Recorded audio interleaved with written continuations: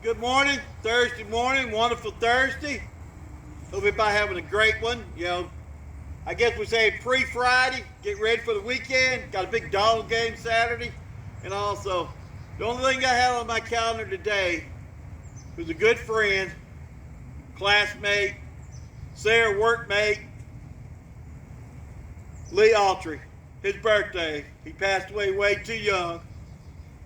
So, best thing about it, him and Sarah is teaching in heaven now. So, they were both two good teachers. Lee was a great fella. And loved the dog. He loved his dogs. So, we're feeding retired teachers today, 11 o'clock. I got plenty of food. Come out. Kind of old-fashioned Christmas dinner, I guess. So, you'll be surprised. So, come out and see us. 11 o'clock, $20. That's about it. Everybody have a thankful Thursday.